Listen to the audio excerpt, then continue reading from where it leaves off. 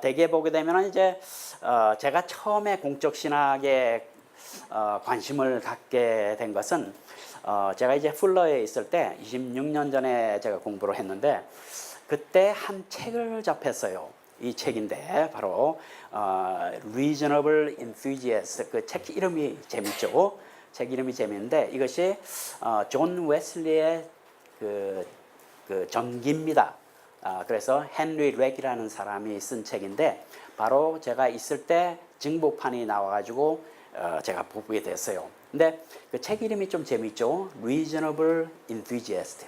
그래서 이 저자가 존 웨슬리를 기술할 때 존 웨슬리가 사실은 좀 괴팍합니다. 성격도 급하고 아주 좀 성격도 그렇게 썩 좋은 편은 아니에요. 그러면서도 불구하고 하나님께서는 이 존 웨슬리를 사용한 것이 이 두 가지 특징을 갖췄다라고 이렇게 저자는 주장해요.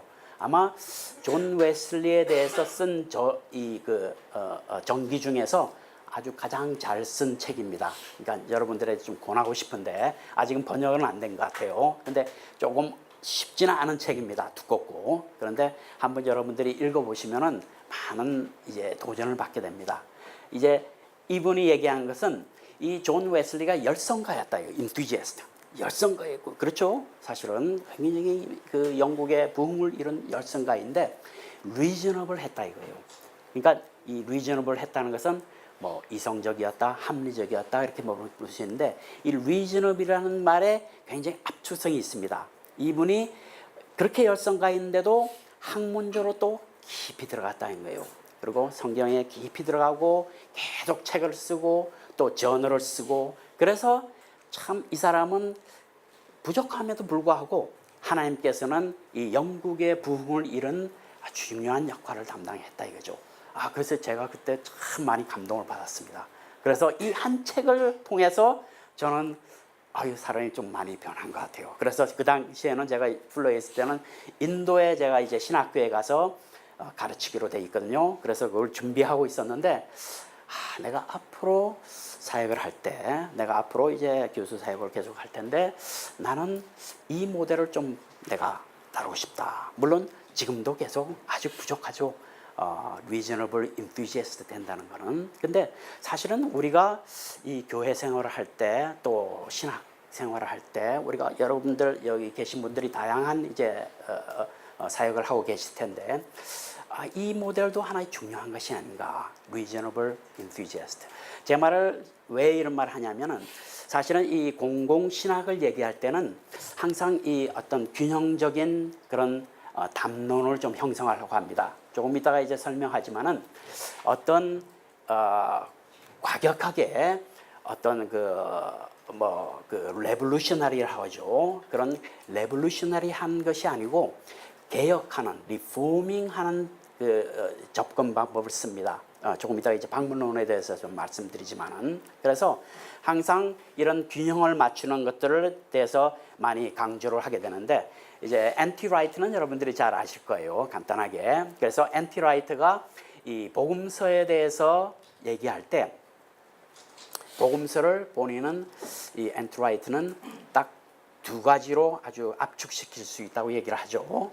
그러면서 그것이 the cross and the kingdom of God 얘기합니다. 그래서 the cross는 우리가 신앙을 갖고 계속해서 하나님 안에서 깊이 들어가는 그런 영성인 관계, 영적인 관계를 형성하고 또 한 가지는 kingdom of God. 그래서 우리의 신앙이 항상 사회와 접하고 사회를 개혁하고 사회를 변화시키고 또 사회의 접함을 통해서 우리가 또 변화받는 그런 kingdom of God, 그 하나님의 나라에 접해야 된다는 얘기를 합니다. 그것은 저 개인적으로 굉장히 중요한 요소라고 생각합니다. 우리 때때로 보게 되면은 교회가 너무 익스클루시브하게 교회 자체 내에서 모든 것이 이루어지고 교회 자체를 이렇게 형성하는 것이 아닌가. 이 교회는 항상 열려 있고 항상 이 하나님의 나라의 그런 개념 가운데 우리가 항상 교회를 생각하고 교회를 이해해야 된다고 생각합니다. 그래서 때때로 보게 되면 우리의 교회론이 너무 좀 좁지 않은가라는 생각들을 합니다. 그래서 이런 얘기들 킹덤 그 다음에 아까도 이제 슬라이드를 좀 통해 봤지만은 이 개혁주의 신앙, 복음주의 신앙을 얘기할 때 우리가 때때로 보게 되면은 너무 좁은 의미에서의 개혁주의, 너무 좁은 의미에서의 복음주의를 우리가 생각하지 않는가. 그렇게 해서 물론 신앙이 보수적이고 하는 것은 좋습니다. 그것은 얼마든지 어떤 사람들은 보수이고 또 어떤 사람들은 개방적이고 또 어떤 사람들은 조금 더 폭넓은 개념을 갖고 있을 수 있어요. 그런데 복음주의가 이 펀더멘탈리즘, 근본주의로 넘어가면은 그것은 좀 편협하게 되는 경향들이 있습니다. 그것은 우리가 항상 좀 경계해야 된다고 볼 수 있겠어요. 그래서 이제 풀러나 이 미국의 복음주의들 또 우리나라에서도 복음주의가 계속해서 생겨나면서 우리가 복음주의에 대해서 많은 사람들이 나는 복음주의야 하면서도 때때로 보게 되면은 너무나 이제 좁은 의미의 신앙으로 국한되지 않는가. 또 우리가 개혁주의다라고 말하면서도 우리가 너무 좀 보수적인 너무 그냥 근본주의적인 신앙을 고수하면서 그것을 개혁주의라고 생각하는 경우가 있는 것 같아요. 근데 개혁주의는 사실은 계속해서 리포밍 하는 거죠. 계속해서 현재 진행이 돼야 되고 계속해서 변화돼야 됩니다. 그리고 이 복음주의라는 것도 우리가 좁은 의미의 복음주의보다는 좀 더 열려 있고 또 신앙에 대해서 사회에 대해서 열려있는 그런 요소들이 필요하죠. 그래서 여기 보면 Reforming Fundamentalism이라는 제목이 재밌죠. Reforming Fundamentalism. 그러니까 어떤 근본주의를 다시 좀 개혁하자 하는 의미입니다. 이런 요소들은 참 우리 모두가 개인적으로 또 교회에서 좀 필요한 요소들이라고 볼 수 있죠. 그래서 이제 조금 이제 정리를 하게 되면 지금까지 말씀드린 걸 정리하면은 공적 신학 혹은 공공 신학의 정의를 말한다면은 저는 그렇게 보고 싶어요. 이 public theology as a critical, reflective and reasoned engagement of Christian gospel in the public sphere. 그래서 공공 영역에서의 기독교의 복음의 비평적, 반성적 그리고 합리적인 기여라고 이렇게 간단하게 정리해 봤습니다. 이제 여러분들이 여기 강의를 들으시면서 여러분들 나름대로 또 나는 공공신학이 무엇인가 하는 정의를 한번 좀 해주시기 바랍니다. 우리 또 저 뒤에 보게 되면 공공신학에 대한 책들이 몇 군데 있어요. 몇 군 있습니다. 그러니까 그 책을 한번 보시면서 내 나름대로 내가 생각하는 공공신학은 무엇인가 한번 생각해 보시는 것도 좋은 것 같아요. 우리가 이 교회가 공적인 역할을 담당해야 되는데 어떠한 요소에서 우리가 공적인 역할을 담당하는가 하는 요소들이 있을 수가 있어요. 근데 이제 비평적, 이 크리티컬하다는 것은 사실은 우리 신학이 계속해서 갖고 있어야 됩니다. 이 크리티컬한 에지. 그러니까 우리가 이 비평이란 말하고 비판하고 좀 다릅니다. 우리 때때로 우리는 좀 혼동을 하는 것 같아요. 이 비판하는 거는 좀 부정적인 요소가 있어요. 근데 건전하게 비평하는 것은 우리가 항상 있어야 됩니다. 우리가 내가 속해 있는 단체, 내가 있는 교회에 대해서, 내가 있는 교단에 대해서 또 내가 가지고 있는 신학에 대해서 항상 비평적인 생각을 가지고 있어야 합니다. 크리티컬이죠. 그것은 우리에게 계속해서 주어진 그런 의무라고 볼 수 있겠습니다. 그 다음에 리플렉티브 한다는 것은 우리가 남을 비평하고 이렇게 크리티컬하게 보는 것 외에 리플렉티브 하다는 것은 우리 자신을 또한 돌아봐야 됩니다. 계속해서 우리 자신을 돌아보고 우리 자신이 내가 갖고 있는 그런 신학이 또 신앙이 과연 옳은 것인가, 과연 제대로 가고 있는가 하는 문제들. 세 번째는 reasoned engagement라 말하는데 이 reasoned engagement는 우리가 현대에 살면서 굉장히 중요한 요소라고 볼 수 있어요. 그것은 이제 여러분들이 한번 익숙하지만 찰스 테일러가 쓴 Secular Age라는 책을 아시죠? 아마 한국말로도 번역이 된 것 같은데 그 reasoned engagement는 사실은 찰스 테일러의 그 책의 아주 핵심적인 내용입니다. 우리 기독교가 이 secular age, 그러니까 우리 세속 세대에 살고 있습니다. 그런 세속 세대에 살고 있는데 아직도 이 세속 세대에 접하는 그런 언어를 배우지 못했다고 해요. 그 언어 중에 가장 중요한 게 이 reason입니다. 이 현대 사회에서는 어떤 이성적인 접근을 하는 게 참 필요해요.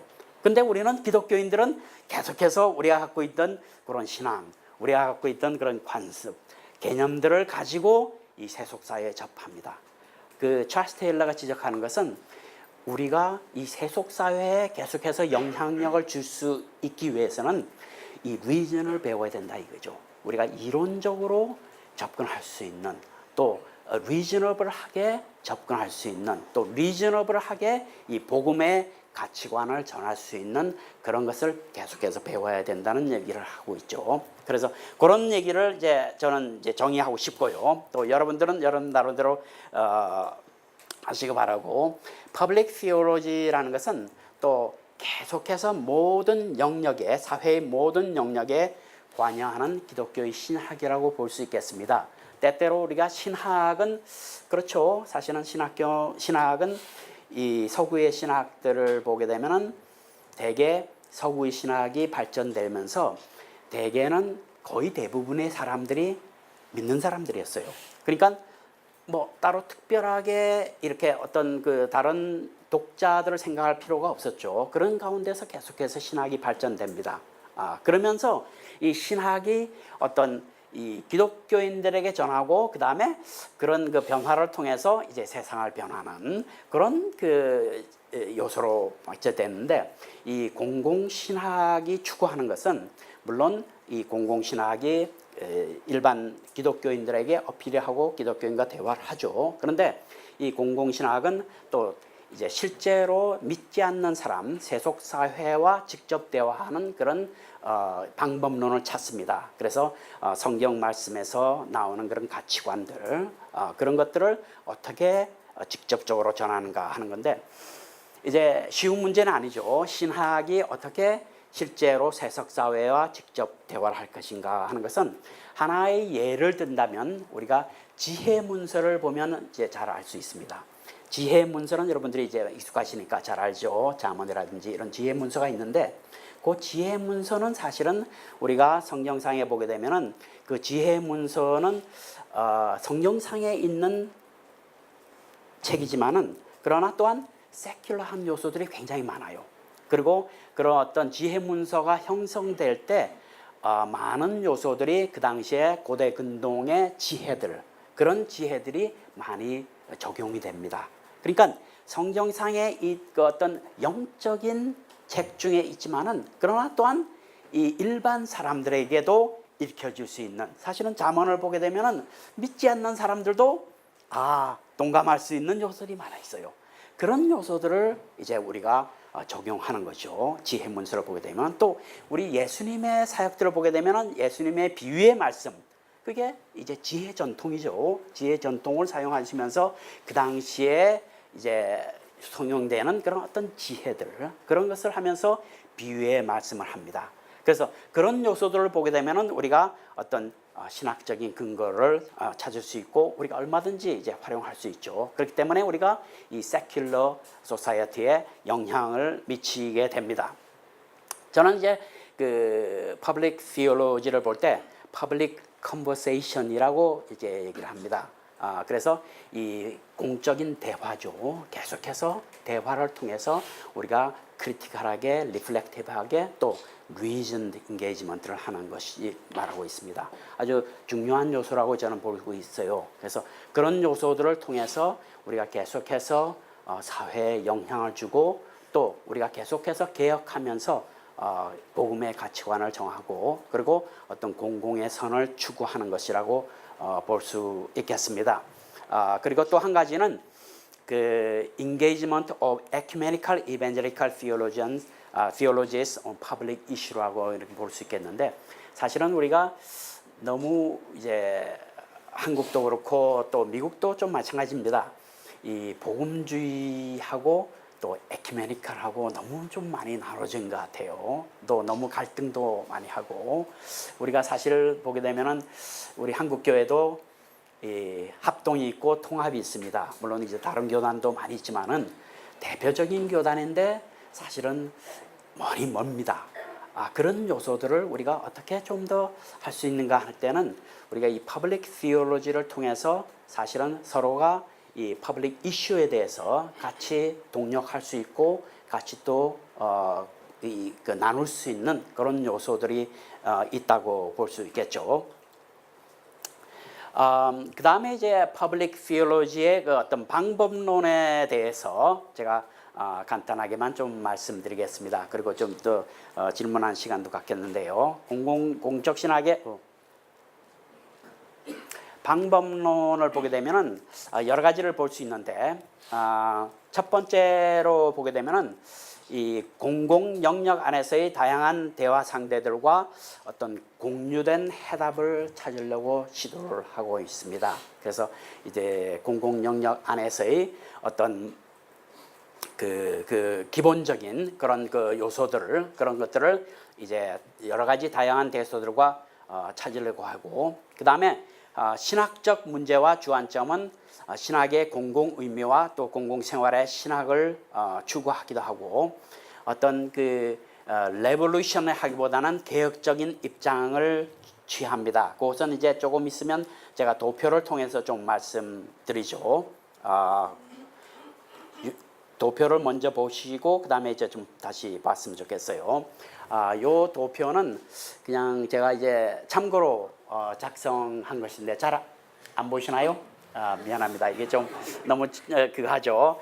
요거는 그냥 일반적으로만 보시면 됩니다. 대개 이제 보게 되면은 대개 때때로 보게 되면 이 리버레이션 티올로지라고 얘기하는 우리가 남미의 이제 해방 신학으로부터 출발한 리버레이션 티올로지들이 있어요. 그것은 우리가 때때로 이 공공 신학을 그 신학과 좀 혼동하는 분들이 있습니다. 그래서 제가 이것을 이제 참고로 좀 더 좀 구분을 하려고 이제 그 작성을 했는데요. 대개 이제 도표를 이렇게 작성하게 되면은 어떤 분들은 좀 좋아하는 분도 있고 또 신학하는 분들은 이 도표를 작성하면 좀 너무 압축돼 가지고 너무 이제 도식화가 된다는 생각을 하는 것 같아요. 뭐 그럼에도 불구하고 작성을 좀 해봤는데 대개 보게 되면은 이 라틴 아메리카에서 온 해방 신학들, 또 정치 신학들, 또 페미니스트 티올로지, 뭐 민중 신학, 그다음에 달리 신학 이런 요소들을 우리가 보통 해방 신학의 한 그 여러 가지 우서로 봅니다. 그리고 이제 폴리티컬 티올로지가 있고요. 그다음에 이 정치 신학이죠. 그다음에 공공 신학이 있게 됩니다. 근데 이제 이 해방 신학이나 정치 신학은 좀 공통점이 있습니다.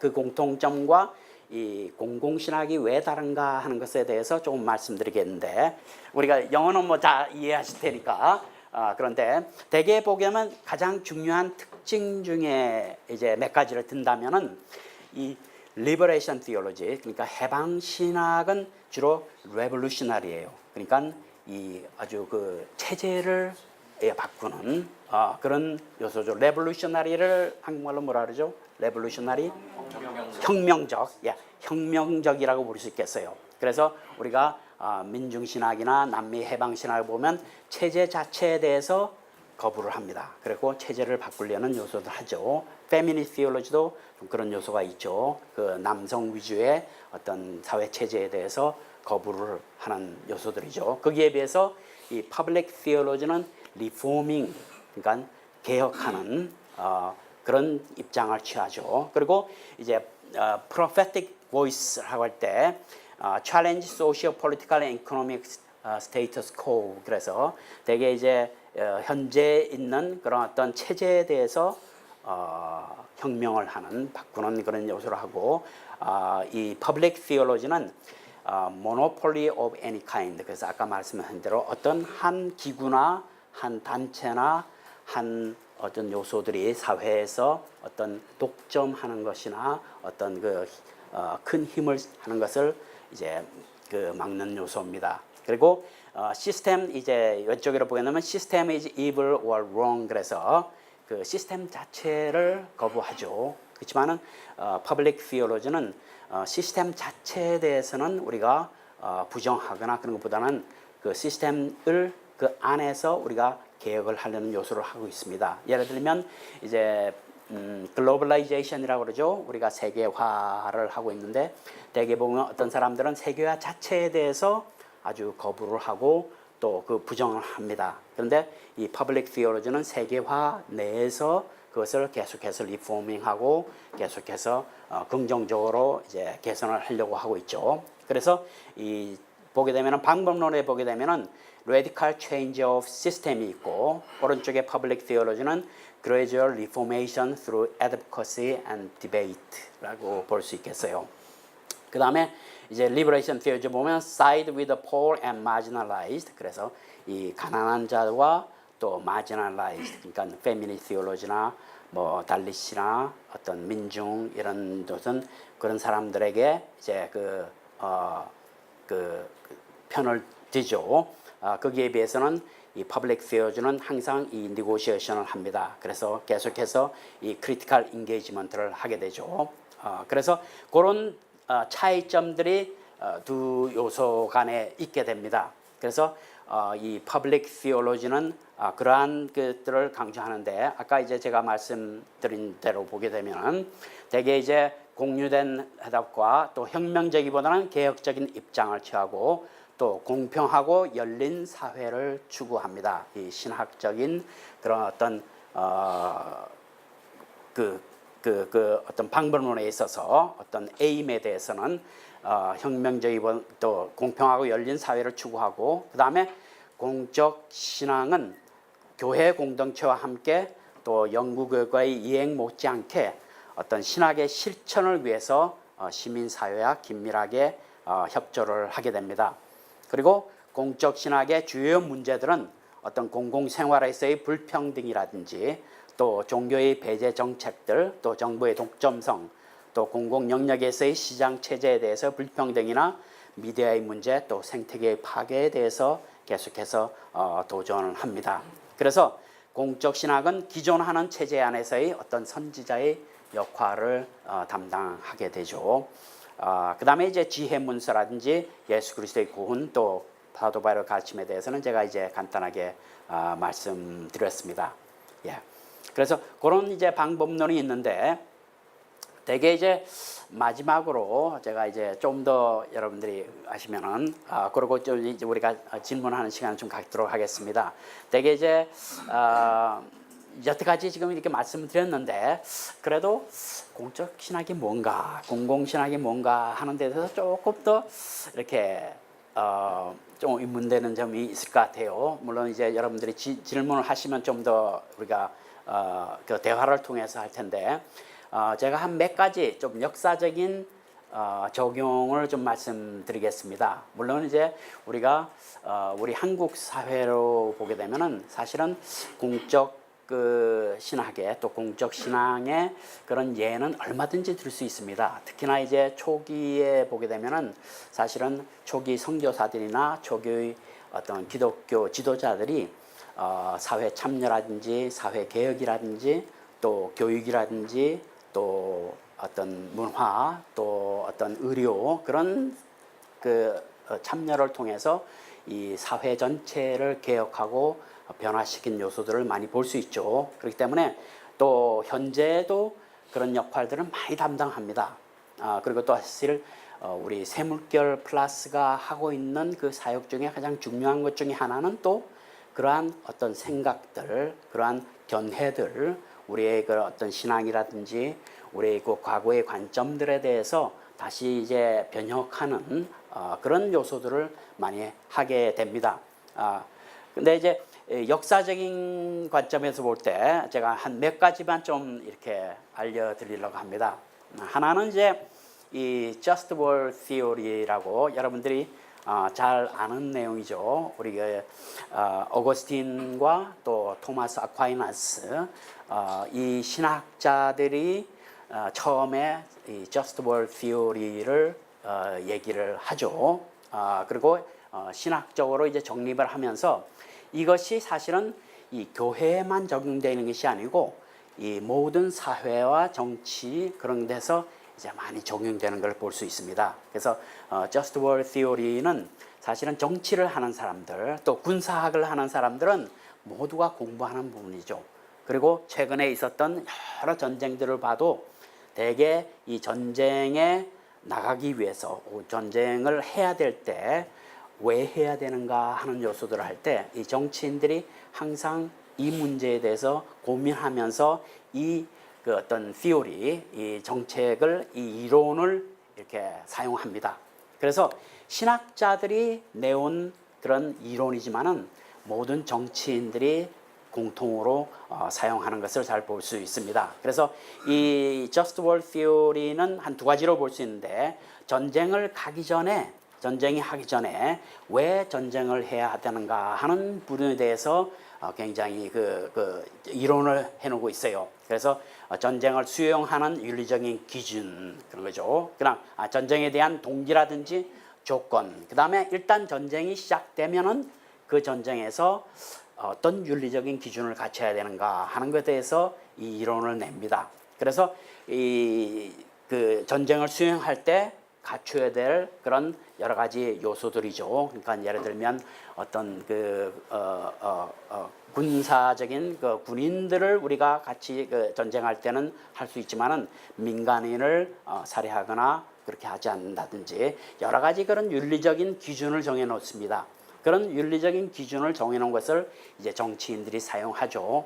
그것을 볼 때 신학자들이 세운 학설이지만은 그것이 일반 사회에 또 적용되는 것을 잘 볼 수 있습니다.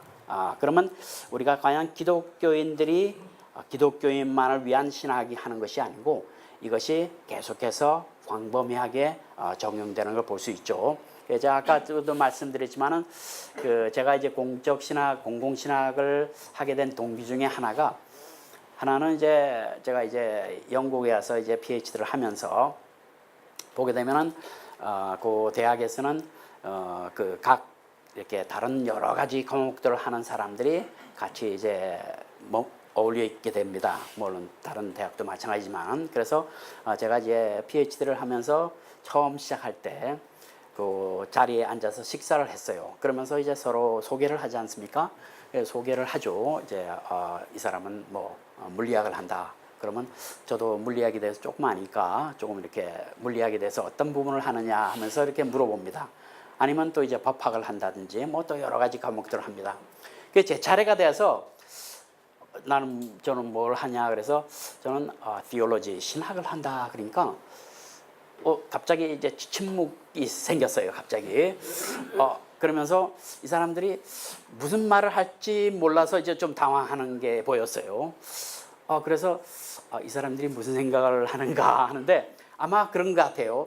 아직도 신학을 하는지 대학에서 아니면 신학이 뭐야, 디올로지가 뭐지 이런 것 같아요. 그래서 그냥 뭐 다른 얘기하면서 제가 어디서 왔는지 이런 걸 물어보더라고요. 그러면서 넘어갔어요. 그러면서 제가 좀 그 마음속으로 정말 그 뭐랄까 다른 학문들은 사실은 저도 좀 알고 사실은 기여를 하죠. 근데 신학은 학문인데 그것이 일반 사람들이 볼 때는 그렇게 기여한다고 생각하지 않은 것 같아요. 신학은 기독교인들만 이렇게 에만 속한다는 생각들을 하게 됐어요. 그래서 과연 신학이 그런가? 정말 신학이 사실은 우리가 킹덤 오브 갓을 생각할 때 사실은 세계 그 세상에 적용되는 것인데 과연 신학이 어떻게 세계에 그 세상 이제 그 믿음을 갖지 않은 사람에게도 적용될 수 있는가 하는 생각들을 하면서 이제 공공신학을 하게 됩니다. 두 번째로 이제 제가 말씀드린 그런 하나의 예는 이 안티 슬레이브리 무브먼트라고 이제 영국에서 일어난 운동이죠. 여러분들이 잘 아신 것처럼 영국은 이 노예 제도로 해서 굉장히 많은 이득을 취합니다. 그것이 이제 17세기 말부터 18세기, 19세기 초까지 영국이 아주 막대한 그런 그 수입을 하죠. 그것이 이제 영국은 이 해군력이 있었으니까 해상력이 있었기 때문에 이 서아프리카에 있는 노예들을 잡아가지고 다시 이제 런던이라든지 브리스톨이라든지 리버풀 이런 그 도시로 와서 그곳에서 노예들을 다시 이렇게 경매를 해서 미국으로 우송한다든지 아니면 영국 내에서 이렇게 노예들을 처리하게 되죠. 그걸로 인해서 모든 사람들이 거의 모든 사람들이 혜택을 받습니다. 그래서 교회에서도 거기에 대해서 일체 말하지 않고 그냥 눈 감아주는 것이죠. 그래서 이 사실은 이 안티 슬레이브리 무브먼트는 이 복음주의 신앙을 가진 사람들, 또 퀘이커 교도들, 이런 사람들이 중심이 돼서 이 노예 해방 운동을 합니다. 그 중에서 여러분들이 이제 뭐 윌리엄 윌버포스는 잘 아실 거예요. 그것은 여러분들이 뭐 많이 알려진 분이니까 요 윌리엄 윌버포스, 그것은 이제 어메이징 그레이스라든지 그런 것을 통해서 많이 보셨을 텐데, 저는 이 퍼블릭 시올로지를 얘기하면서 이 토마스 클락슨에 대해서 좀 소개하고 싶어요. 여러분들이 한번 좀 생각해 보시면 좋은데, 토마스 클락슨은 그가 이제 좀 학생일 때 이제 캠브리지 대학에서 학생으로 다녔는데, 그때 어떤 일이 있었냐면 이 학장이 그 라틴 에세이 이렇게 그거를 냈어요. 그 라틴 에세이를 라틴어로 에세이를 써가지고 그 이제 상을 주는 그런 그 제의를 했습니다. 그래서 그 제목이 뭐였냐면 자기 의사에 반해서 어떤 사람들을 노예로 삼는 것이 합법적인가 하는 제목이었어요. 그 제목에 이 토마스 클락슨이 응모를 하면서 자기는 이제 그것이 합법지 않다라는 주장을 했습니다. 그래서 이 사람이 최고상을 받았어요. 그 최고상을 받아가지고 얼마나 기뻤겠어요. 그걸 기뻐가지고 이 캠브리지에서 자기 집에 있는 런던으로 내려오면서 이 사람은 다메섹 도상의 경험을 합니다. 이 바울이 겪었던 다메섹 도상을 하면서 내가 이렇게 기뻐하고 막 이러는데 정말 나는 이론을 정립하고 했는데 나는 노예들을 위해서 뭘 하는가 하는 생각을 하게 됩니다.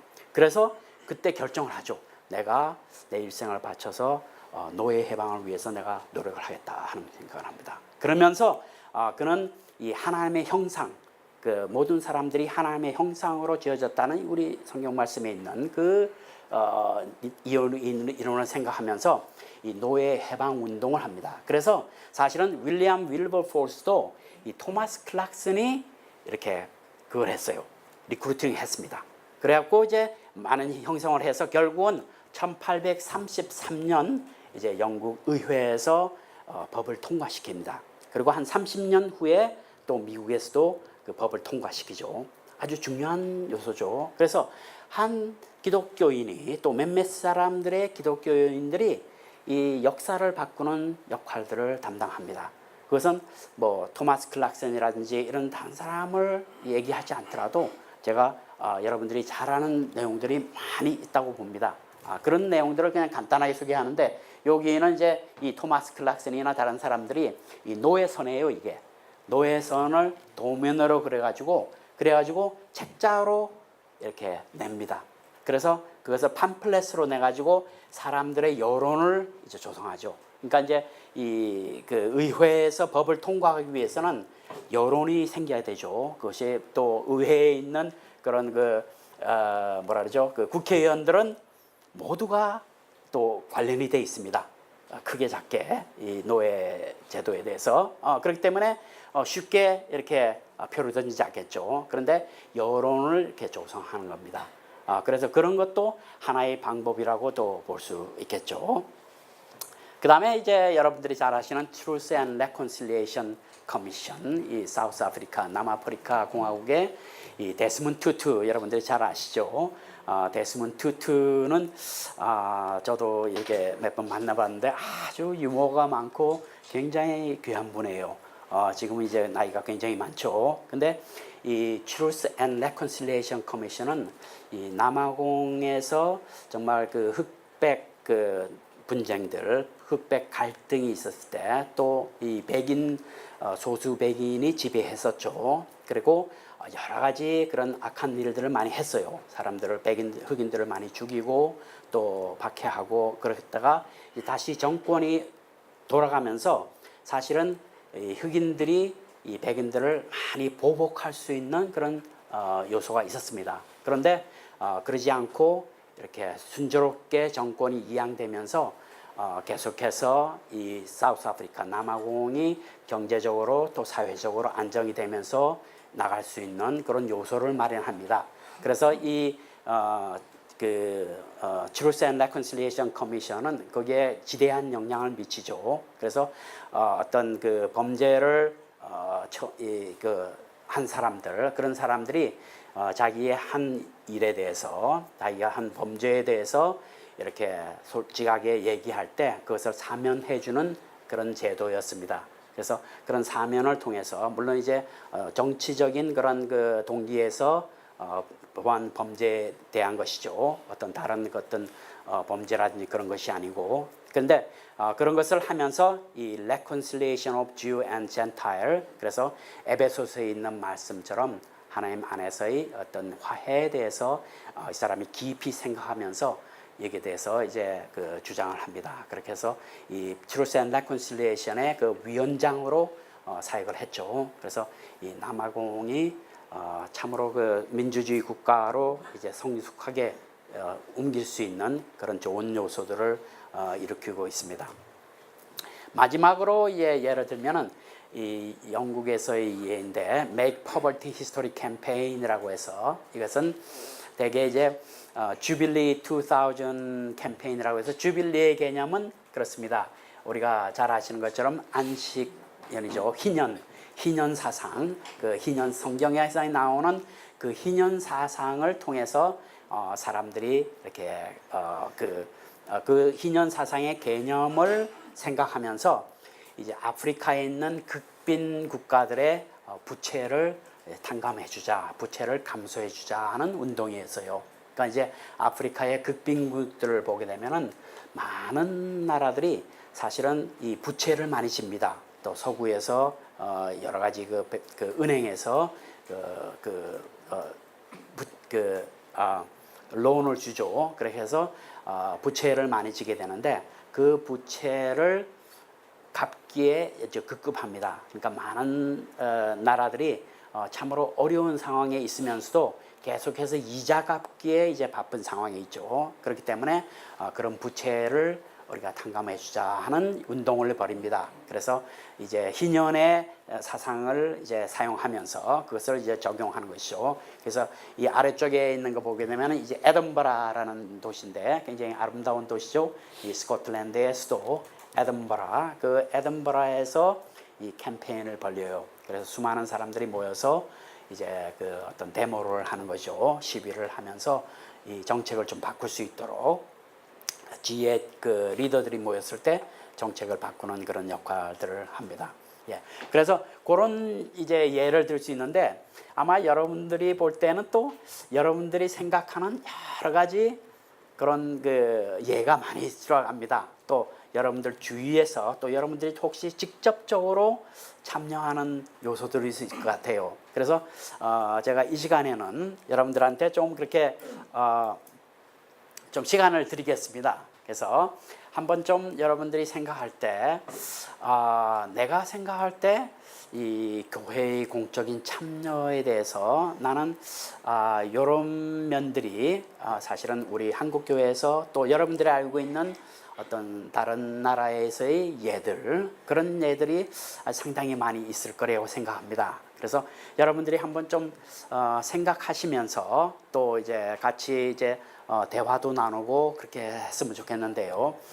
일단은 그렇게 예를 좀 들면서 다른 시간에 조금 들어가기 전에 여러분들에게 좀 질문할 시간 이제 기회를 좀 드리도록 하겠습니다. 그러니까 여러분들이 생각하는 그런 그 공공신학에 오늘 이제 우리가 좀 다루었는데 그런 분야에 대해서 좀 질문 사항들 또 여러분들이 생각할 때는 나는 이런 점들이 사실은 교회가 기여하는 그런 그 사회에 기여하는 그런 공적인 사명을 다한 것이라고 생각한다든지 그런 거에 대해서 여러분들이 한번 좀 질문을 하시고 또 같이 이렇게 좀 나누는 시간을 가졌으면 좋겠어요. 그래서 질문하실 거 있으면 질문하시고 그다음 또 어떤 분들은 내가 생각할 때는 또 내가 참여하고 있는 이런 것들이 사실은 공적 신학, 공공 신학의 하나의 그 한 예가 될 수 있다라고 이렇게 얘기하시는 분들은 또 이렇게 나누시기 바랍니다.